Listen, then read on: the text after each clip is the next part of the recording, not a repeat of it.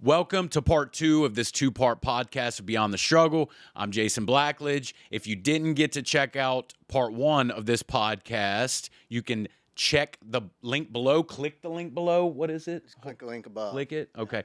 I'm here again with Jeff Monroe, just like every week. Mm-hmm. And we're back with Mr. Kevin Jenkins. Welcome again, Mr. Jenkins. Thanks for having me.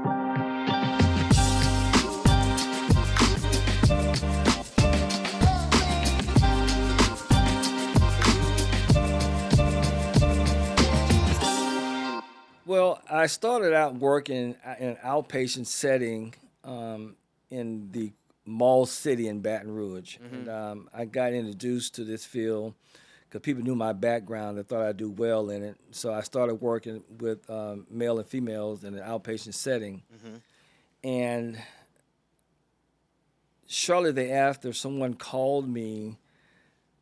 I think his name, Mr. Williams, used to run Detox down on Florida Boulevard. Mm-hmm. Called and said, Judge Marvant needs a good counselor, and I thought about you.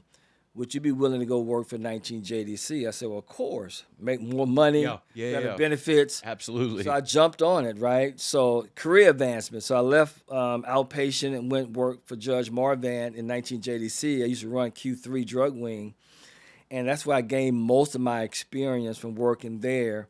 Then Judge Marvant left the bench, and Judge Johnson came in. He brought his staff in, so my crew, we were out of job, right? Yeah. So we had to go look for a job. So I put in resumes, and West Feliciana Parish hired me as a school counselor. Mm-hmm. And I worked for West Feliciana Parish until I retired. Yeah. Go figure. I worked long enough to retire. I have never in my life, recovery has blessed me so much to finish get into relationship, have a meaningful relationship, finish school, and now retire. So I worked in West Feliciana, one of the wealthiest parishes in the state, and I worked there and until I retired. I had a great working relationship out there. And the late Lord Lindsay, the superintendent of the school district at the time, encouraged me to go back to school. Mm-hmm. I didn't want to go back to school. Yeah. I was satisfied with a bachelor's degree in psychology. Satisfied, I was happy. 47 years old. Didn't want to go back to school. Yeah. Someone saw some good in me and encouraged me to go back, and I went back, and that's how I got my master's. I was satisfied. So at 47, you did that? At 47, went back to school. So it's not too late for me to go back to school. It's never again, too late, Jeff. Jason? It's never too late. It's so never too late. Your master's is in what? Education. Okay, master's in education. Okay, and so you did you were a school counselor for all that time, Yes, and sir. so I guess for that purposes you had to be like what is it, a focus in education and a psychology in order to do that in school? Is that what it had to be? Yes, sir. And being that my bachelor's is in psychology, Mm-hmm. so I had that background. So once they empowered me in the West Feliciana Parish, they said, well, Kevin, we think we could do well in administration. Yeah. So why don't you go back to school? And I wasn't encouraged to do that. Yeah. They kept motivating me year after year. So finally in 2006, I went back to school, and reluctantly, because I had a lot of fear because knowing I was going to be the oldest person in class. Mm-hmm. So I had that fear, the anxiety, being around people in their 20s and 30s. I'm in my late 40s. Yeah. Right? So I had that fear, that anxiety, but I overcame that, and it went well. But I say, Jeff, that, and I tell people this all the time, if it were not for God being in my life, not using, and just being in recovery, having some structure in my life, enabled me to do those things that for sure that I have accomplished. And I'm proud of the things that I've accomplished. And I know that it's because of the 12 steps, and the 12-step, enhanced my relationship with the God of my understanding. So I push it at work, I push it with my clients, and I tell them, man, if you want to be successful, you have to, follow the guidelines. You can't compromise with these steps. If you work the steps, guess what? It'll work for you. Yeah, I mean, and so you're at 75 now. You're also working on getting your LAC, right? Pardon me? I heard that. By the way, Jeff, I'm a pretty good listener too now. Hey, he said he was a good fighter. Hey, too. man, I gotta watch. Keep playing with him. See, So, I may be a little rusty, Jeff, Jason, but it make for a really good podcast, man. You know, like Yeah, we start throwing down. No, this isn't. What's that? What did it used to be where they'd go the show in the '80s, or you'd fight? What was that show I'm talking? You know what I'm talking? I thought you were talking about Jackass, where they would just run around and do all that stuff. Well, I want to know now. Sure. Well, I ahead. kind of made a joke, but that's right. just me. that's all. But no, here you are in I think Jason's going to bring up what led you back into treatment. Now, you're about to get your LAC. You're studying for that, which is a licensed addiction counselor.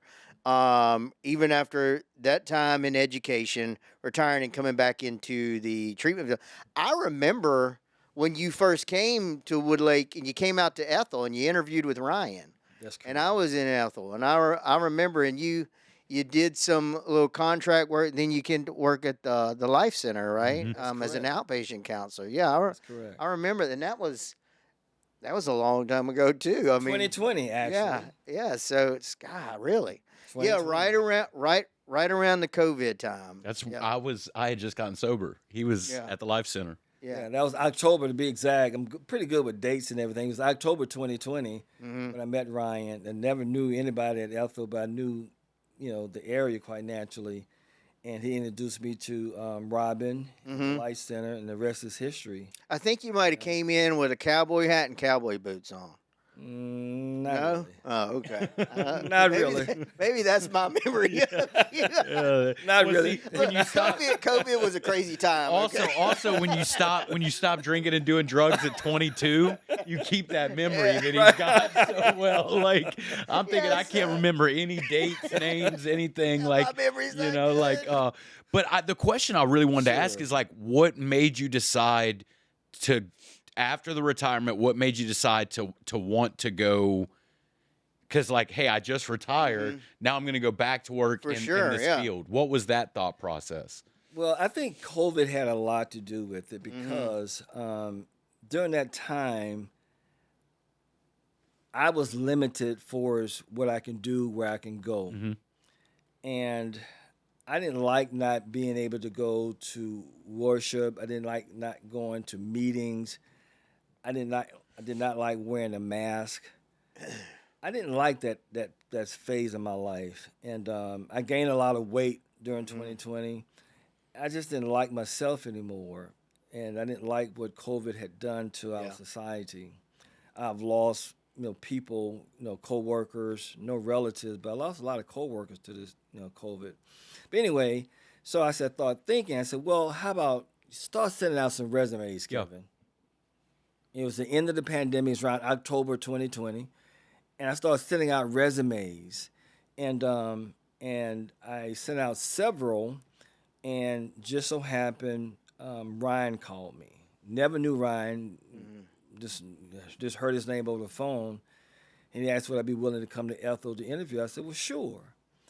And so I went up there, and like I said, he liked me, liked my resume, liked the potential, and they hired me. And I started in 2020, October 2020, October 26, 2020, at the Life Center. And that's when my work began with Woodlake. And I've been there since that time. And I've been procrastinating a lot. I came there ready to test. Yeah. But didn't have a desire to test because I was comfortable, where I was, comfortable with the salary, comfortable with my retirement. I have to say too, comfortable with my Social Security. I have that coming in, so I wasn't really motivated, and that's been my personality. Yeah.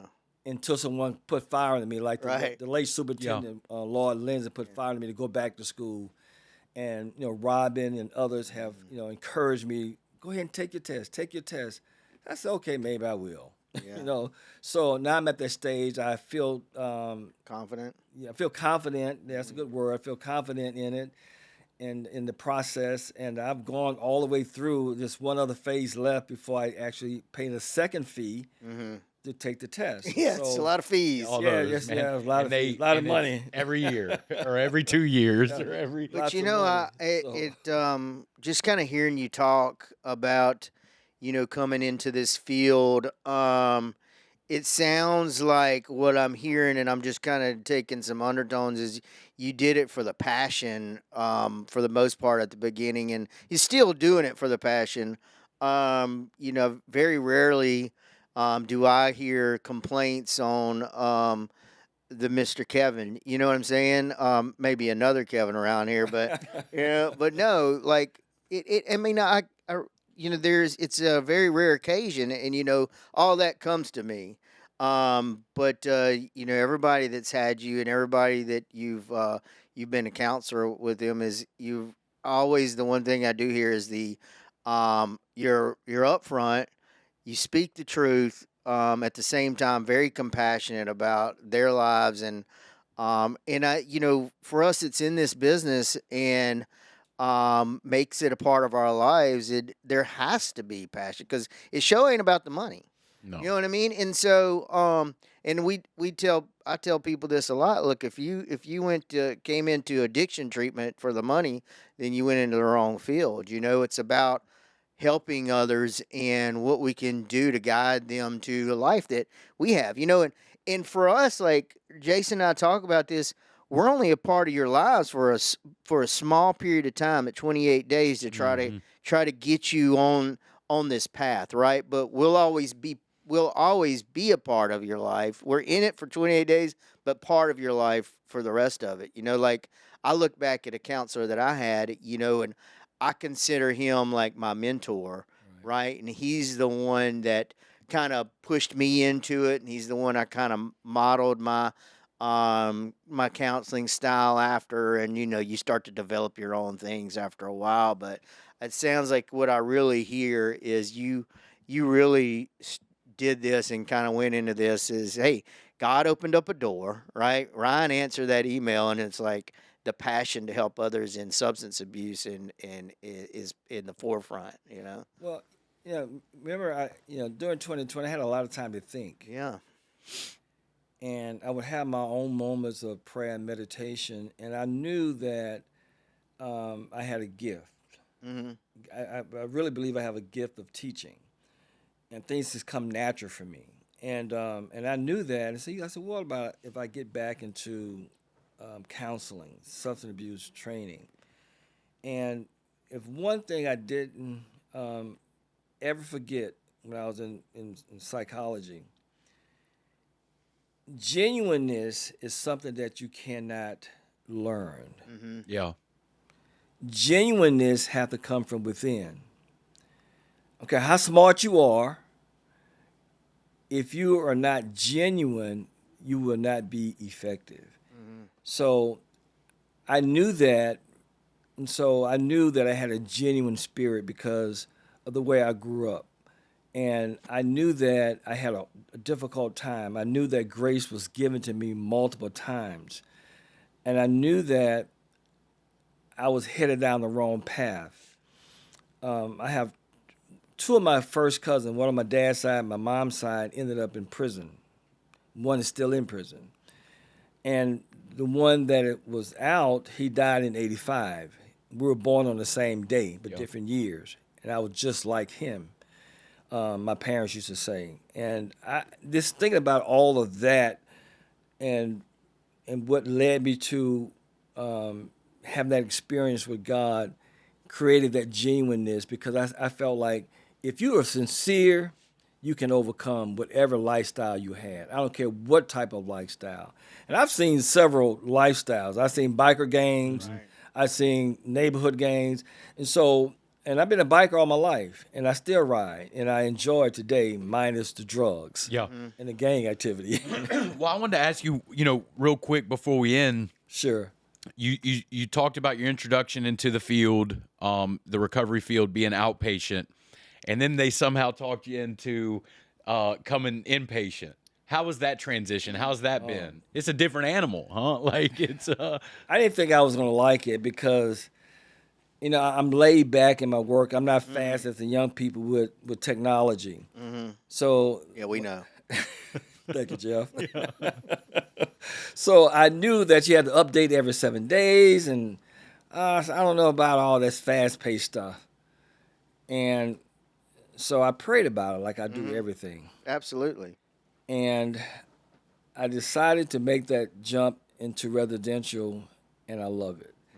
It had a lot of fear, like I normally do, fear of the unknown. Yeah. And I sat back and I observed young people like Jason. When someone refers to me as young, like, thank you. I observed how they did things, and I just started picking up my own pattern and adjusting to my own lifestyle.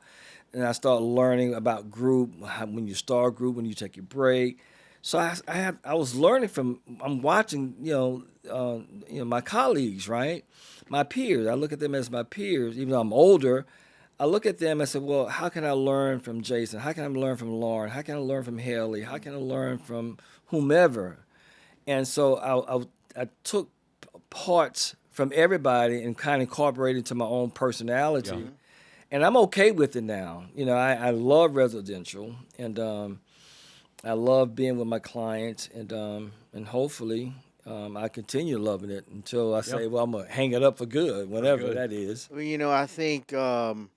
I think some younger clinicians could kind of take a look at how you viewed those things and like understand that you got to always remain teachable and educate Certainly, yeah. yourself to be the best version of yourself, right? And you're having to transition, and we do that often in our lives, whether it be work, whether it be relationship, marriage, divorce, whatever. We have to look and see how we can educate ourselves and learn to remain who we are or a better version of ourselves, and so that's pretty cool, man, is to look at your peers and say, hey, what can I learn from them, and not have that attitude of like, well, I've been doing this for years, and this is, and some people are like that, man. I know quite a few people that would say, well, I know how to do this better than this person, and I'm not going to learn from them, but I learn from not Jason, but no, I do. I learn from Jason a lot of times when we meet, and he'll say something that has me where I look at it and look at things in a different way, and I try to listen as much as I can. And sometimes it's not always the easiest thing, right? To take somebody who's coming up has a little bit less experience than you do, but if you don't listen, then you don't know what you can learn. You know what I mean? I'm a really smart guy. Yeah. No, and I was just thinking though, is like you talking about watching your peers, saying I gotta speed up, I gotta this. But it's funny, like your office is right across from mine, and there's times where I'm like, you pick that up from me, but it's the opposite side of the coin. Let me slow this down a little bit. Let me do this. Let me do that. Let me, it's like where I might be much better at this. Like I tell people, I say, Mr. Kevin, he's consistent with those all the time, meeting, sitting down, this, that, it's like, where's he? Well, first of all, you come to work about 2 hours before everybody else. So that's one thing, but, so he's got to keep up with y'all. Thank you. Thank you, Joe. He sneaks in before any of us, but I'll say this, before we close, Kevin, is that you're truly one of those people that whether it's a colleague, a client, or this or that, when you speak, people listen. That's why I was excited to have you on. And so we appreciate that, coming on here, sharing a little bit about yourself, and I myself included, it's like we joke all the time at work. It's like if Mr. Kevin's doing an education, I might go sit in there myself, because you're just one of those people, man. I hope you understand that, and I'm sure that you do, that when you speak, people listen. So thank you. Thank you for joining us. Thank you for coming. It was definitely nice to go ahead. I really appreciate this opportunity. And when I was going to the license, I saw the broadcast, and I said, well, how neat, And then when you guys invited me, I said, well, I felt honored, number one, that you guys wanted to have me and just kind of inquire and learn more about me. So I appreciate. I want to say thank you for Absolutely. doing that. I really appreciate that, and I don't take anything for granted. Yeah, yeah. Well, I know when I was talking to you about doing it, and we were talking, I said, "Yeah, it'll be on TikTok." I said, "You do TikTok?" He said, "Yeah, I do TikTok." I don't even do that, so you got me on that, man. I think I'm addicted to TikTok. I have, Oh man, look, me too, man. What do they call it? Doom scrolling. I'll be on there just hours, just scrolling. My phone will go dead. You know, just trying to find videos, funny videos, cooking videos, all these. That's things. what I look for. A lot of cooking. Now you'll get to see yourself on there. Well, good. I would love to hopefully. see that. So, Yeah. But anyways, thank you, man. Well, thank you. You're welcome. Thank you so much, dude. That was weird. Jeff continues to grace me with his presence. So, I just like to make sure that I thank him every week for that. Yeah. But yeah, Mr. Kevin, thank you again for coming. And we appreciate it. Thanks for having me. Yep. All right, guys. Thank you all for joining us for another episode of Beyond the Struggle. Make sure to like, follow, subscribe. I always miss one, man. Share. Share. Do all the good stuff, man. Thank you all.